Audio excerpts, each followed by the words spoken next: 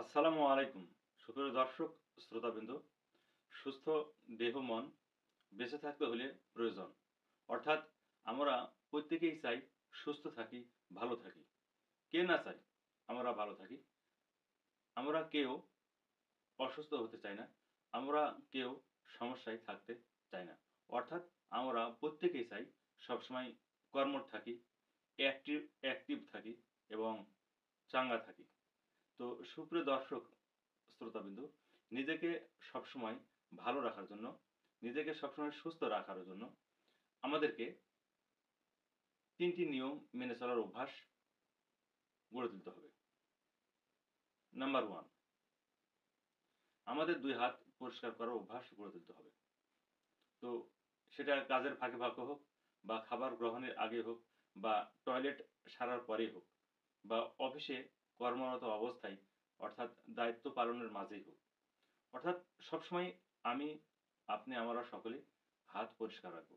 কারণ হলো এই ২ হাতের মাধ্যমেই আমাদের দেহে, শরীরে, অন্যান্য অঙ্গ-প্রত্যঙ্গে বিভিন্ন ধরনের ভাইরাস, ব্যাকটেরিয়া, স্পোর প্রবেশ করার সুযোগ পাই। যেখান থেকে বিভিন্ন ধরনের রোগে আমরা আক্রান্ত হয়ে থাকি। তো আমরা যদি নিয়মিত হাত পরিষ্কার করার অভ্যাস গড়ে তুলতে পারি, তাহলে কিন্তু এই ছোটখাটো অসুখ আমাদেরকে আক্রমণ করতে পারে না। তো সেক্ষেত্রে আমরা কিন্তু সবসময় ভালো থাকবো, সুস্থ থাকবো। নাম্বার 2, আমাদের দাঁত পরিষ্কার রাখতে হবে। অর্থাৎ আমরা খাবার গ্রহণের সঙ্গে সঙ্গে দাঁত পরিষ্কার করে নেব।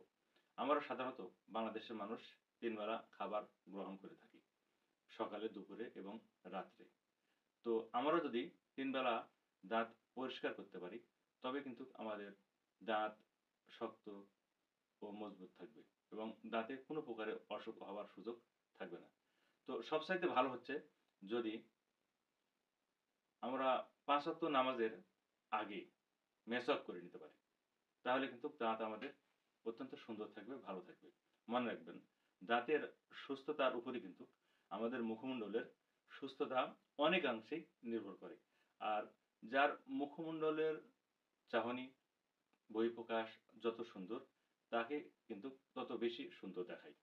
তো সুস্থ থাকতে হলে, ভালো থাকতে হলে, মনকে চাঙ্গা রাখতে হলে অবশ্যই আমাদেরকে নিয়মিত দাঁত ব্রাশ করার অভ্যাস গড়ে তুলতে হবে।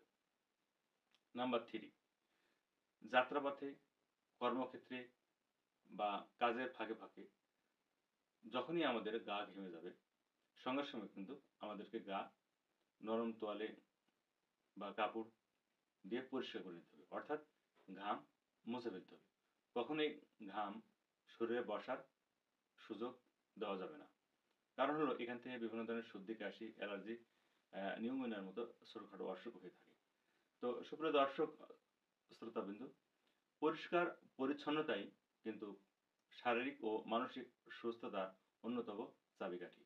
তো যদি আপনি ভালো থাকতে চান, অ্যাক্টিভ থাকতে চান এবং নিজেকে সুস্থ রাখতে চান, তাহলে কিন্তু অবশ্যই এই ৩ টি নিয়ম মেনে চলার অভ্যাস আপনাকেই গড়ে তুলতে হবে। তো প্রত্যেকের সুস্বাস্থ্য কামনা করে শেষ করলাম। ধন্যবাদ।